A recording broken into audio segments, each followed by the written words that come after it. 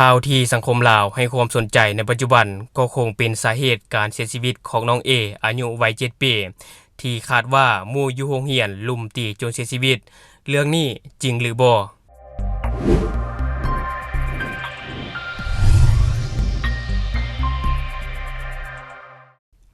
สบายดีท่านผู้ชมยินดีต้อนรับเข้าสู่รายการ Talk the News และหัวข้อที่ข้าพเจ้าอยากจะนำเสนอในมื้อนี้ก็จะมาเว้าถึงข่าวที่สังคมลาวกำลังให้ความสนใจของสาเหตุการเสียชีวิตของน้องเออายุ7 ปีอยู่บ้านถ้ำเมืองนาไซทองนาโคลวิงจันทน์ซึ่งว่าน้องเอนี่ก็ได้อยู่กับแม่ตูเพียง2คนเท่านั้นซึ่งว่าในเมื่อวันที่6พฤศจิกายน2025เนาะพี่น้องของน้องเอได้โพสต์ภาพน้องเออายุ7 ปีอยู่บ้านถ้ำเมืองนาไซทองนาโคลวิงจันทน์เข้าปีนปัวอยู่ห้องหมอพร้อมข้อมูลเบื้องต้นได้แจ้งสาเหตุว่าน้องมีการผิดเถียงกับหมู่อยู่ในโรงเรียนและถูกหมู่เอาไม้ที่มีเหล็กตะปูฟาดถูกหัวจนอาการบาดเจ็บสาหัสและได้เสียชีวิตในเมื่อวันที่8พฤศจิกายน2025ก็คือผ่านไปมื้อหนึ่งท่านผู้ชมเพราะว่าได้รับบาดเจ็บในเมื่อวันที่6แล้วก็เข้าไปปีนปัวจนในเมื่อวันที่8ก็ได้เสียชีวิตท่านผู้ชมอันนี้ขอแสดงความเสียใจมายังครอบครัวของน้องเอเนาะจังได๋ก็ขอให้น้องไปสู่สุคติซึ่งว่าในช่วงเวลาที่เขาปินปัวอยู่ห้องหมอนั่นท่านผู้ชมเนาะก็ได้มีการเปิดรับบริจาคช่วยเหลือค่าปินปัวน้องแล้วก็มีคนจำนวนหลายที่ว่าได้โอนเงินเข้าไปช่วยเนาะช่วยปินปัวแต่ก็บ่สามารถช่วยชีวิตน้องเอาไว้ได้และต่อมาเนาะน้องก็ได้เสียชีวิตลงอย่างสงบและก็จะมีการจัด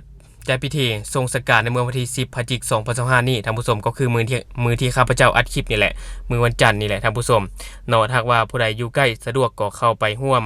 นำข้าเจ้าได้เนาะร่วมทรงสการน้องเพิ่นอันนี้ก็ต้องขอแสดงความเสียใจอีกครั้งซึ่งว่าต่อกับเหตุการณ์นี้เนาะสังคมลาวก็แห่กันโพสต์สื่อต่างๆก็มีการโพสต์ทวงความยุติธรรมให้กับน้องเอเนาะให้เจ้าหน้าที่ตำรวจรับคดีนี้เข้าไปสืบสวนหาสาเหตุว่าเป็นหยังคือว่าเสียชีวิตมาจากสาเหตุอันใดเนาะเพราะว่าหลายๆสื่อก็ได้มีการโพสต์ไปต่างๆนานาว่าถูกหมู่ตีจนว่าได้รับบาดเจ็บสาหัสและได้เสียชีวิตในเวลาต่อมาพ่อแม่ผู้ที่ก่อเหตุนี่นะบ่ยอมรับความจริงท่านผู้ชมเนาะซึ่งว่าในปัจจุบันนี้เจ้าหน้าที่ตำรวจก็กำลังดำเนินการสืบสวนสอบสวนหาข้อมูลเนาะหาความจริงท่านผู้ชมถึงว่าในปัจจุบันนี้สังคมก็เข้าไปทวงความยุติธรรมให้กับน้องเอเพราะว่าสงสารท่านผู้ชมเนาะเพราะว่าพวกเกี่ยวหันบ่มีพ่อแม่เนาะอยู่กับแม่ตูแต่2คนอายุก็7 ปีเนาะไปโรงเรียนแต่ว่าถูกหมู่ตีจนว่าได้รับบาดเจ็บสาหัสและได้เสียชีวิตในเวลาต่อมาอันนี้เป็นข้อมูลที่ว่ามีการโพสต์ภาพออกมาเนาะแต่ก็บ่ฮู้ว่าความจริงแล้วมันเป็นอะไรเฮาก็ต้องรอท่าการสืบสวนสอบสวนของเจ้าหน้าที่ตำรวจแล้วก็รอท่าการชี้แจงอีกเทื่อนึงและนอกจากนั้นเนาะก็ยังจะมีการเปิดเผยยอดเงินบริจาคของน้องเอเนาะท่านผู้ชมที่ว่าประชาชนคนลาวนี่นะได้เห็นภาพแล้วก็ดีตนสงสารน้องก็ได้เข้าไปโอนเงิน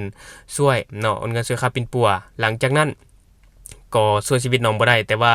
อาจจะมีการนำเงินส่วนดังกล่าวนะมาเฮ็ดทรงสการเนาะจัดงานศพหรือบ่อันนี้เฮาก็ยังบ่ฮู้แต่ว่าจะมีการเปิดยอดเงินบริจาคเฮาก็ต้องติดตามไปนำกันแล้วก็ติดตามคดีนี้เนาะว่าเจ้าหน้าที่ตำรวจจะสามารถนำตัวผู้ที่ก่อเหตุนะมาดำเนินคดีได้หรือบ่แต่ขึ้นยังว่าหั่นแหละท่านผู้ชมเนาะคดีนี้ก็คือว่าเป็นเด็กน้อยที่ว่าก่อเหตุอายุยังบ่ถึง18 ปีนะเนาะแต่ว่าก็น่าจะบ่มีการเข้าคุกติบ่หรือว่าแนวใดเฮาก็ติดตามไปนำกันหั่นแหละท่านผู้ชมจังได๋ก็ขอให้น้องเอเนาะได้รับความยุติธรรมเพราะว่าเบิ่งภาพแล้วก็น่าสงสารที่ว่าน้องเอได้ถ่ายรูปนำแม่ตูเนาะท่านผู้ชมได้ถ่ายรูปนำแม่ตูเพียงแต่2คนเบิ่งแล้วก็เห็นภาพที่สะเทือนใจเนาะสะเทือนใจอยู่นำแม่ตูเพียงแต่2คนแต่ว่าก็มาจากแม่ตูไปก่อนก็อย่างที่เรากล่าวไปคดีนี้ก็ถือว่าได้รับความสนใจจากสังคมลาวหลายคนก็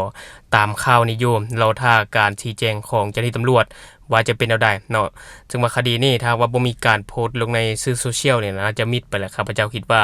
แต่ก็ยังดีเนาะที่ว่าสื่อของลาวนะก็ช่วยทวงความยุติธรรมให้กับน้องเอ